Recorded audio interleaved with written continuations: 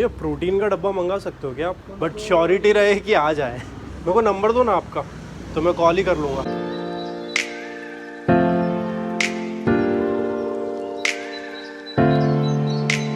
नमस्कार दोस्तों, स्वागत है आपका आज के नए वीडियो में, मतलब आज के वीडियो में। So yesterday I went to a medical shop क्योंकि मेरा प्रोटीन शेक ख़त्म हो गया है और प्रोटीन्स की जो शॉप है वो सारी बंद है ड्यू टू दिस लॉकडाउन। तो घर के पास ही है मेडिकल शॉप, उनके पास में गया, जस्ट आस्क्ड कि उनके पास प्रोटीन शेक हो या फिर वो मंगा सकते हैं। तो उन्होंने बोला कि आज सुबह वो मार्केट साइड जाएंगे क्योंकि उनको रेगुलर बेसिस पे हर 2-4 दिन में राउंड मारना पड़ता है, टैबलेट्स खत्म हो जाती, कुछ हो जाता है तो लेने के लिए। तो उन्होंने कहा कि मैं देख लूँगा, अगर मुझे वहाँ पे मिला मेन मार्केट में तो I will get it for you. So I am hoping कि उनको मिल जाए। तो वे प्रोटीन आपको बहुत हेल्पफुल होता है, आपका डेली का प्रोटीन इंटेक थोड़ा सा इंक्रीज करना हो आपको, अगर एक एड ऑन मिल जाता है, आपको एक फैसिलिटी मिल जाती है जो आप नेचुरली खाते हो उसके साथ में, कि अगर आपको कहीं पे लग रहा है कि कम हुआ है या फिर और अगर आप किसी काम में बिजी हो and you are not able to cook, तो वे प्रोटीन आपको हेल्प कर देता है आपका प्रोटीन इंटेक को इंक्रीज करने में या फिर ऐड ऑन करने में। तो गाइस आज का जो टॉपिक है वो है, पहले इसको ज़ाइगोमाइकोसिस बोलते थे, अब इसे म्यूकोरमाइकोसिस के नाम से जाना जाता है। ऐसा नहीं है कि ये सिर्फ कोरोना की वजह से आई, ये बीमारी पहले भी थी पर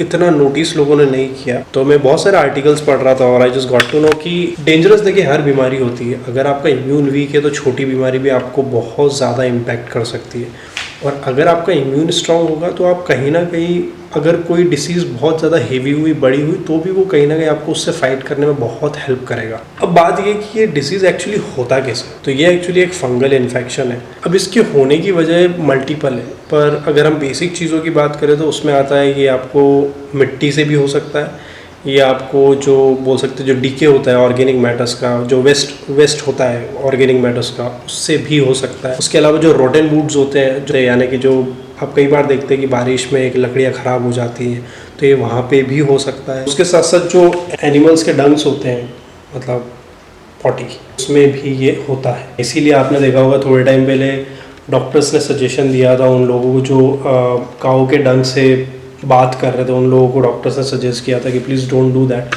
वो स्पेसिफिकली सिर्फ काऊ के डंग की बात नहीं थी, एनिमल के डंग में फंगल इन्फेक्शन हो सकता है। हर चीज़ की गारंटी नहीं होती बट चांसेस बहुत ज़्यादा होते हैं, यही चीज़ डॉक्टर्स समझाने की कोशिश कर रहे हैं। इसके अलावा ये आपकी स्किन के थ्रू भी एंटर कर सकता है। सपोज मानिए आपको कोई कट लगा है और जैसे मैंने कहा कि वही मिट्टी जो सॉइल रहती है वही अगर आपके उस चोट पे कहीं पे लग गया, और वो चांसेस है कि वो फंगस आपके स्किन के थ्रू आपके बॉडी में जा सकता है। मतलब इन शॉर्ट यार, अगर आप कचरा फेंक रहे हो या फिर आप मिट्टी विट्टी उठा रहे हो, मतलब कोशिश करो कि ग्लव्स वगैरह पहन के ही करो।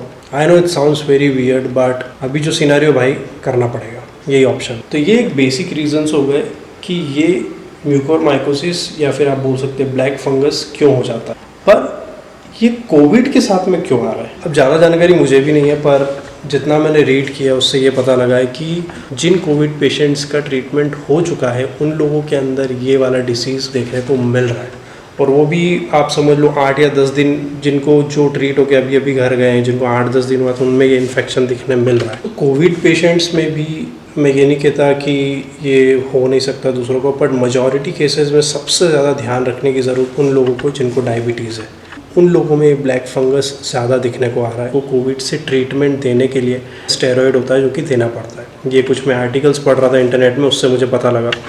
और स्पेशली ये स्टेरॉयड की ज़रूरत तब पड़ रही है जब डायबिटीज पेशेंट्स को कोविड हो रहा है। आप आपके हिसाब से भी इंटरनेट पे चेक कर सकते हो कि वो चीज़ कितनी सही है और कितनी गलत है। इसके अलावा इंदौर में बॉम्बे हॉस्पिटल में एक डॉक्टर अतुल तपारिया है, उन्होंने ये बताया कि पहले भी इसके केसेस आते रहते थे बट कोविड आने के बाद में इसके पेशेंट्स बहुत फ्रिक्वेंटली आ रहे हैं। बेसिकली पहले जो केसेस आते थे उसमें भी हमको उन्हीं लोगों के अंदर ये बीमारी देखने को मिलती थी जो ऑलरेडी कैंसर है या फिर डायबिटीज़ है उससे बैटल कर रहे थे। अब बात करेंगे सिम्टम्स की, तो इसमें भी जो बेसिक सिम्टम्स है वो फीवर, कॉफिंग, चेस्ट पेन, आपको shortness of breath, abdominal pain हो गया है और वॉमिटिंग हो गया। तो ये बेसिक सिम्टम्स आपको म्यूकोरमाइकोसिस में भी होते हैं। इनके अलावा अगर आपको और भी सिम्टम्स है, इसको रिकॉग्नाइज करना है, नोज़ के ऊपर ब्लैक स्पॉट्स हो रहे हैं जिसको ब्लैक लेजन्स कहते हैं, यहाँ पे हो गया है, फिर यहाँ पे हो गया है, ये ब्लैक कलर का स्पॉट आपको आँख के आसपास भी दिखाई देगा, आँख का स्वेल होना, आधे फेस का स्वेल होना, तो आपको ये समझना होगा कि फंगल इन्फेक्शन आपके बॉडी के जिस पार्ट में हुआ है या फिर उस पार्ट में जहाँ पे ये ग्रो कर रहा है, इसका इम्पैक्ट आपको सबसे ज़्यादा वहाँ पर दिखेगा। अब सिम्टम्स के बाद आता है इसका ट्रीटमेंट। अब इसका ट्रीटमेंट भी सेम वैसे ही होता है जिन पेशेंट्स को वायरस हो जाता है, बैक्टीरिया होता है, तो उन लोगों के लिए क्या होता है, एंटीबैक्टीरियल ड्रग्स, एंटीवायरल ड्रग्स वो दिए जाते हैं।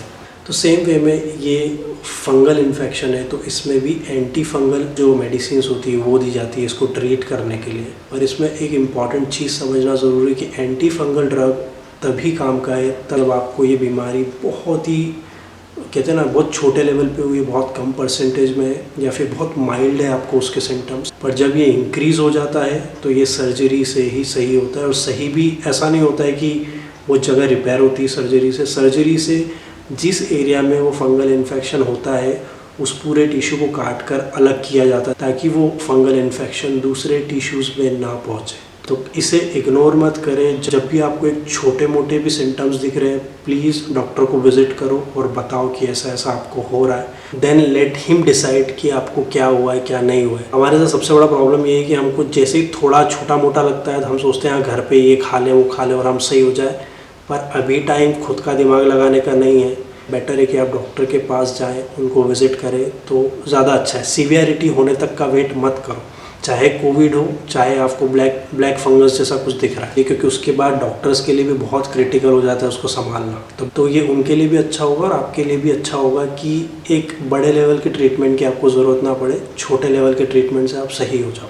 तो ये था पूरा म्यूकोरमाइकोसिस के ऊपर स्टडी जो थोड़ा बहुत मैंने पढ़ा था कल के दिन, तो I just thought of sharing with you. पर फिर भी एट दी एंड कुछ चीज़ें जो मैं लिटरली बोलना चाहूँगा फिर से, अगर सिम्टम्स लग रहे हैं हल्के फुल्के भी डॉक्टर्स के पास जाओ। स्पेशली डायबिटिक पेशेंट्स जो अभी अभी कोविड से ट्रीटमेंट जिनका हुआ है वो स्पेशली इस चीज़ का ध्यान रखें।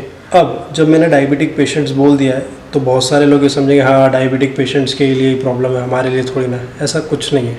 स्पेशली डायबिटिक पेशेंट्स को देखना और मॉनिटर करना ज़रूरी है, बट उसके अलावा दूसरे कोविड पेशेंट्स भी अपना ध्यान रखें। अगर उनके अंदर भी ऐसे सिम्टम्स आ रहे हैं तो डॉक्टर्स के पास पहुंच जाओ।